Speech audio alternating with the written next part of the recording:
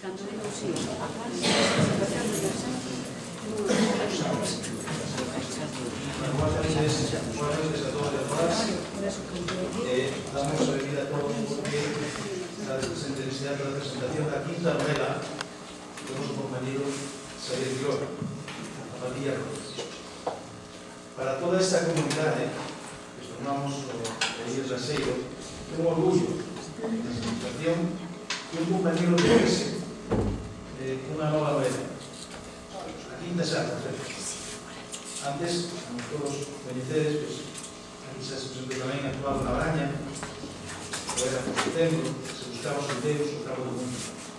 E agora, cabo do mundo a Carrera.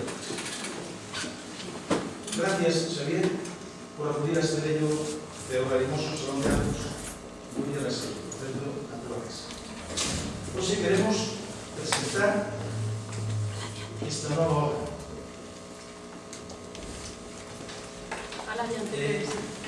Queremos facer mergulhándonos xa desde o principio de todo nela, queremos meter de cheo nela e para iso bueno, outra vaca no nido a no carne nunca e asunto tampouco Mendoinha, arranxa isto dunha vez, ó. O home vírase bruscamente e o seu rostro aparece tal cal é en todas as televisións. Entra en todas as casas. Incrústase nas pupilas de cantos, por fin, descobren en directo a grotesca faciana do malnacido que arrastrou ata ali un frágil e indefenso anciano, con esquiño objetivo de quitarlle a vida e recoller o regalo.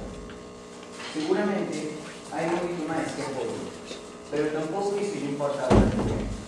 Xusto cando deixa o brazo perdido, como se estende máis pola leve liña do horizonte. Xusto cando no cabo de nesa mão e a vista de toda a indignada audiencia reloce unha pistola. El vírase en ese momento inteiro e responsable no que aparece o estatismo do increpe. Todos consideran que é un máximo realista. E o máis resulta que, ademais de estar armado, parece apuntar directamente á cabeza do velhinho. E cando a vida, como nunha película, debería, e non dá, empezar de novo, ou non ser verdade. É cando o perigo presentido se transforma en palabra gritada a breve e ao longe. Dispara!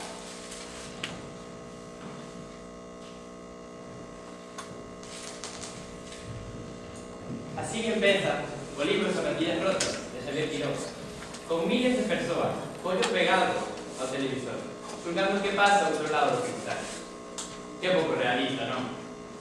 Bromas aparte, quero expresar darlle un agradecimento especial ao noso profesor, que é a Semana de Escritor. Eu cheguei a Galiza hai cousa de 3 anos, e ainda que me sigo considerando un novato neste idioma e nesta cultura, na que, por certo, nada é sí ou non, se non sei, cara. Agradezo de verdade o seu apoio, a súa vocación por transmitir a paixón pola lingua. Alegrame ter un docente que utiliza este medio, a literatura, para expresar e para, de certo modo, empurrar o seu libro. Un escritor sintetiza, interpreta, crea nova información. Nesta sociedade actual, onde a educación debería non gañarnos punto, no mercado actual, no que a originalidade e a análise cobran importancia, valoro que un profesor aprecie estas calidades técnicas, que interpretemos, que sinteticemos, que creemos, ou sexa, que escribamos. Porque a relación é, a fin de contas, a nosa carta de presentación no mundo profesional. Por isto mesmo, creo que non lle debemos deixar só a crítica a avaliar este libro, e ningún outro. Leamos nós, opinemos nós, teñamos nós o noso propio criterio, os mozos e mozas que ainda non temos sentidiño, que andamos procurando o noso propio camiño.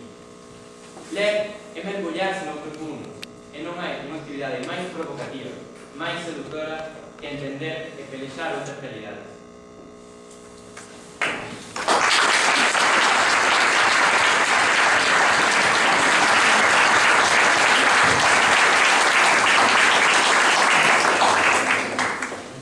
Xaquín é un ancián que está a pasar os seus últimos anos nunha residencia. Un bo día desaparece a man dun parado e xuntos emprenden unha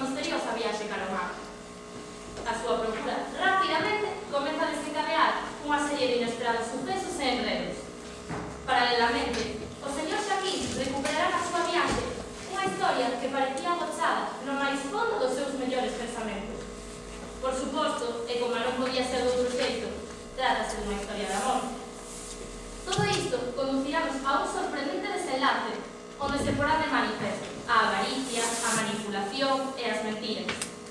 Así, a novela remata, tal que como describe o propio autor, nun deses momentos nos que a vida, como nunha película, debería, e non dá, empezar de novo ou non ser verdade. Zapatillas rotas é a quinta novela de Xavier Quiroga. Como en moitas das anteriores, abordase un tema moi destacado, a guerra civil. Desta volta tratarase da man do señor Xatín, que nos trasladará á época franquista a través do seu recordo. Moi unido a isto, tamén se pode ver como influiu a reflexión na actualidade, pero especialmente na xente daquela época. Ademais, Zapatillas rotas comparte, co resto da súa obra, a ambientación na paisaxe galega, compartindo incluso lugares comuns como a Braña de Bucuás. Por outra banda, esta novela ten unha forte carga de denuncia. Primeiramente, aos medios de comunicación. Ao tratarse dun secuestro, este xogan un papel fundamental ao longo de toda a trama. Na obra, os xornais e a televisión manipulan a información, terxiversan a realidade ou cometen constantes erros na relatación dos sucesos. E todo isto, a verdade é que non está lonxe da realidade. No día a día, todos nós podemos observar como a mesma noticia adopta distintos titulares según os xornais, como se selecciona a información e, por suposto, como se manipula para favorecer ou para perxudicar os involucrados. En segundo lugar, tamén se fai unha crítica moi forte á actual situación do noso país. A crise. Un dos protagonistas principais é un parado. En él manifestase o peor do ser humano en tempos de dificultades. A falla de escrúpulos, a xenreira, a avaricia. E sí, pode que todo isto parece unha exageración, pero se o pensamos en frío, convivimos con isto todos os días. A mala situación económica que estamos a atravesar deriva en crimes, en roubos, en falla de calidade, algo que se ve páxina a páxina nesta obra. Finalmente, Zapatillas rotas tamén mostra a actual situación de diglosia na que se atopa a nosa lingua. Vanessa, a rapaza máis nova, expresase en castelán, tal e como foi educada. Isto non é máis como a proba de como a xente nova cada día se expresa menos na nosa lingua, deixando así nun segundo plano. Nese sentido, pois é moi importante a creación de obras literarias como esta. Nós, os adolescentes, somos os que debemos loitar pola conservación da nosa lingua. E por iso é moi importante que teñamos contacto con obras como Zapatillas rotas, que fan un importantísimo labor de recuperación do noso idioma e a vez tamén fomentan o seu emprego. Sorrisos, enfados, gargalladas, amor, vaguas, intriga, decepción. Zapatillas rotas comprende na súa totalidade unha gran mestura de sentimentos. Persoalmente, eu sentime moi vinculada ca historia. O feito de que o espacio do tempo sexa o noso presente e a variedade de idades entre os personaxes fai que conectemos moi rápido ca trama. Ademais, esta sucede pois como a vida mesma. En medio dun misterioso crime atopamos dosos de humor, de sarcasmo, de emocións, de suspense, convertindo así a historia nalgo moito máis humano e próximo. Por todo isto, gustaríame pedirvos que empregárades un anaco do vosso tempo e ler a historia enfrascada entre as páxinas de Zapatillas rotas.